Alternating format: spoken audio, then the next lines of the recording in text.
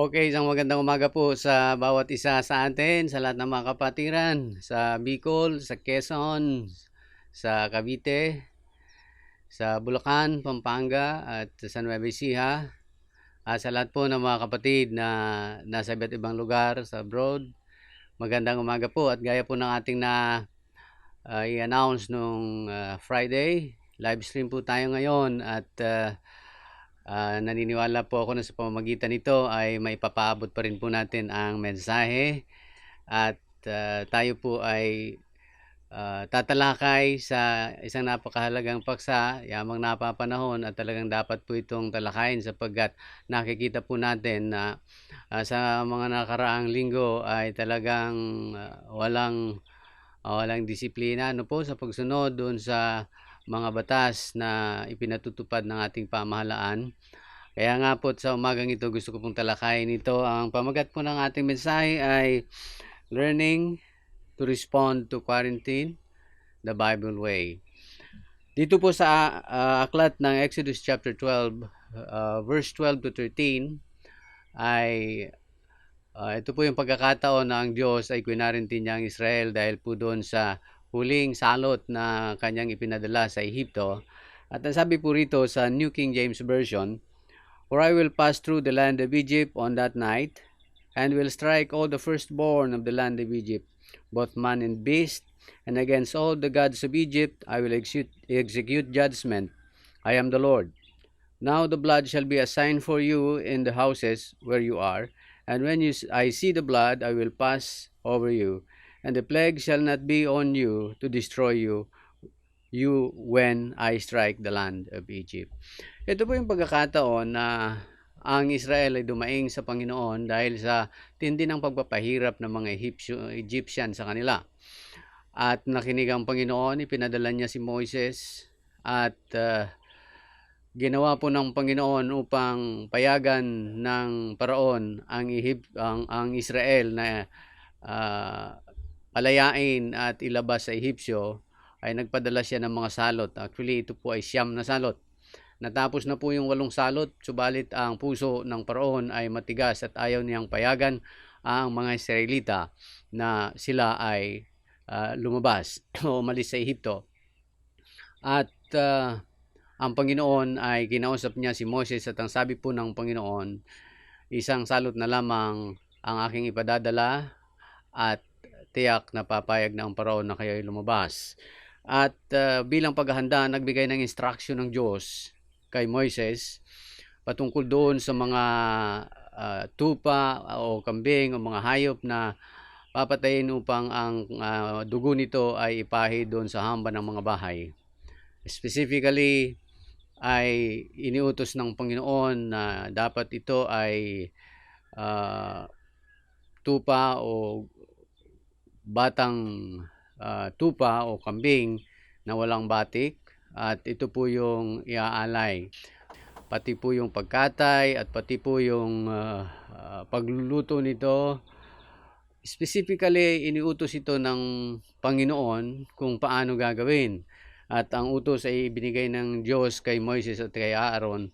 At si Aaron naman at si Moises ay iniutos ito sa mga tao. Nais ko pong bigyang pansin na ang quarantine ay hindi bago sapagkat sa Biblia ay maraming pagkakataon na kwinarantin ng Panginoon ng Israel sa panahon ng mga pagkasalot o sa panahon ng krisis sa kanilang mga buhay. Kaya nga sa kasalukuyan nakakaranas po tayo nito at ang problema po ay yung pagsunod ng maraming Pilipino. At gusto ko pong bago ko po talakayin yung dalawang mahalagang response ng Israel ay sagutin muna yung issue patungkol doon sa mga nagtatanong sapagkat nung Friday po nung atin pong ini-announce na mag-live stream tayo at walang services sa mga churches po natin, ay marami ang nagtanong sa akin, tama ba ito at hindi ba ito labag doon sa sinasabi ng Biblia doon po sa Acts chapter 4 verse 19 sa panahon ni Pedro. Gusto ko pong ipaliwanag ito sapagkat gusto ko na maunawaan po nating mabuti ang ating pagtugon sa quarantine nito. Doon po sa Book of Acts chapter 4 verse 19 to 20, actually yung buong chapter na yun, ang account po doon ay si Pedro at si Juan ay pinagbawalan ng mga saserdote at ng mga temple guards, ng commander of the temple guards, na huwag nang ipangaral ang pangalan ng Panginoon, and probably pati yung pagsamba ay binabawal nila, no? So sa verse 19, tumugon po doon si Pedro at si Juan at ang sabi ni Pedro, whether it is right, you judge, but for us, we will not stop doing and obeying God. So ito po napakahalaga sa atin. Ibig sabihin nito, si Pedro at si Juan ay lumabag at hindi sinunod ang utos ng mga authorities sa kanila. At dahil dito, may mga katanungan kung tayo ba ay hindi natin paninindigan na sinasabi ng salita ng Diyos, o katulad ni na Peter, susunod ba tayo o susuway? Gusto ko pong bigyang pansin muna ang pagkakaiba ng sitwasyon ni Pedro at sa kasalukuyan. Ang sitwasyon po ni Pedro at ni Juan, nung sila po ay pinagbawalan, ang mga nagbabawal po sa kanila ay yung mga kaaway ng Diyos, kaaway ng Panginoong Jesucristo. At ang purpose po ng pagbabawal ay ipatigil ang pangangaral ng mabuting balita at ng pangalan ng Panginoong Jesucristo, pati ang mga pagsamba, mga services ay pinatitigil. So ito po'y tahasan na paglaban doon sa kalooban ng Diyos. Kaya nga po si Pedro at si Juan ay hindi sumunod. Ang sitwasyon po natin ay iba. Ang pagbabawal po ay yung pong mass gathering lamang ay binabawal, hindi po ang pagsamba. Ang pagtitipon ng maramihan, at nagkataon lamang po na ang ating mga pagtitipon sa church ay maramihan, at ang mga ganitong pagtitipon ay potensyal na lugar upang kumalat ng mabilis ang coronavirus na ito. Kaya nga po mas nakabubuti at mas maganda na ang isipin po natin ay ang ikabubuti ng nakararami at hindi na po kumalat sa pamamagitan natin, kundi makatulong tayo sa pagsugpo ng mabilis ng salot na ito. At gusto ko pong linawin din na ang purpose ng pagbabawal ng mass gathering ay upang sugpuin ang mabilis na pagkalat o ang pagkalat ng coronavirus 19 na ito. So malaki po ang pagkakaiba. Ang ating mismong pamahalaan at ang ating presidente ang nag-i-encourage sa atin na manalangin sa Diyos Ama at tulungan tayo na masugpo agad ang virus na ito. So hindi po sila kalaban ng Diyos. Sila po kakampi natin.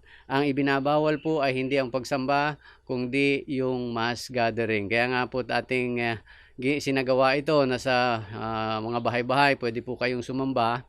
At itong live streaming na ito upang tayo po ay makapagdala pa rin ng mensahe sa bawat isa sa atin.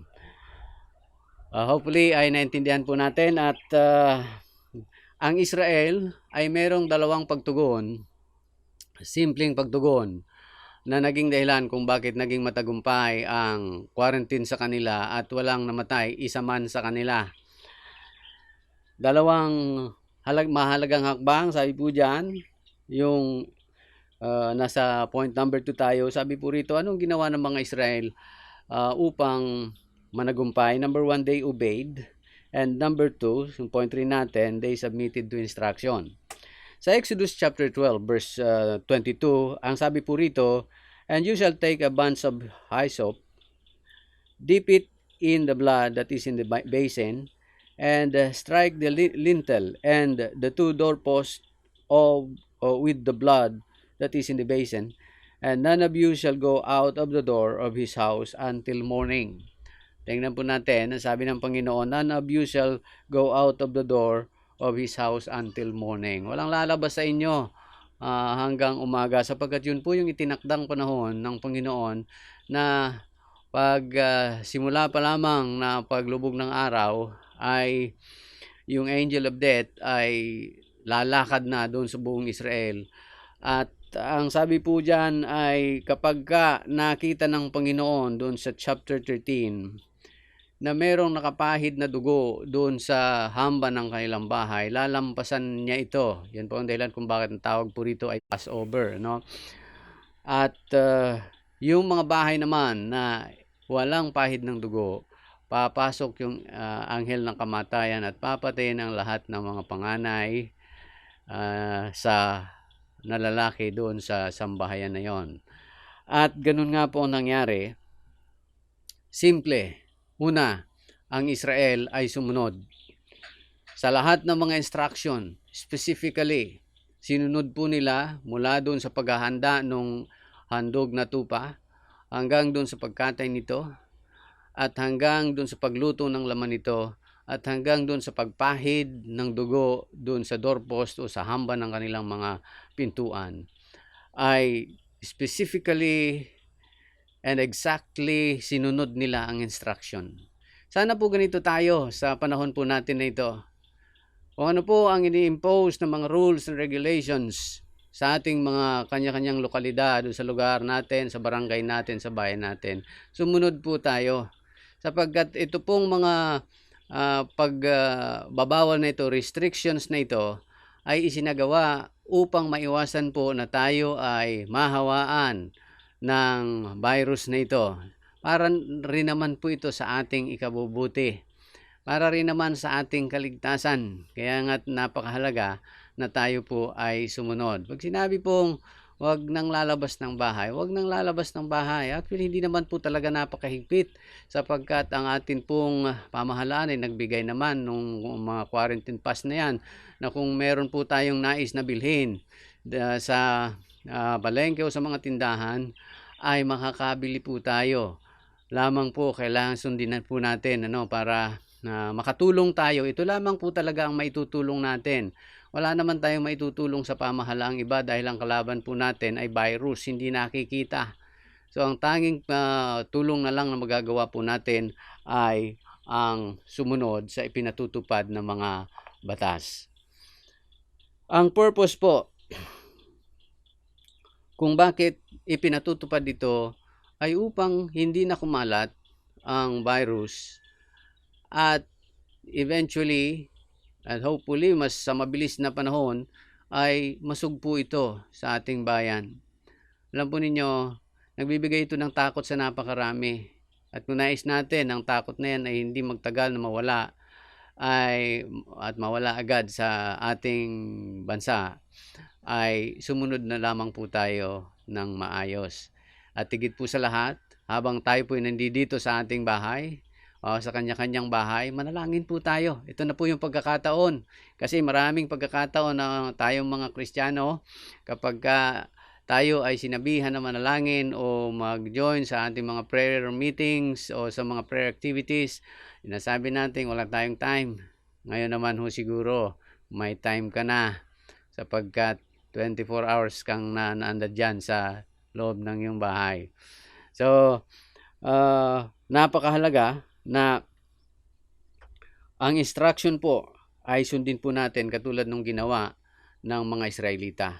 Sapagkat ito lamang paraan upang makatulong tayo na hindi na kumalat na mabilis ang virus nito. Ikalawa, ang sabi po rito, they submitted to instructions. Sila po yung nagpasakop doon sa mga instructions. Exodus 12 verse 28, sabi po dyan, then the children of Israel went away and did so, just as the Lord had commanded Moses and Aaron, so they did. At dito makikita po natin na pagkatapos na ibigay ni Aaron at ni Moses ang instruction, nag-umuwi na sila at ginawa nila eksakto kung ano ang sinabi ni Moses, yun ang kanilang ginawa. Sana ganito po tayo, wag na po tayong pasaway, wag nang matigas ang ulo.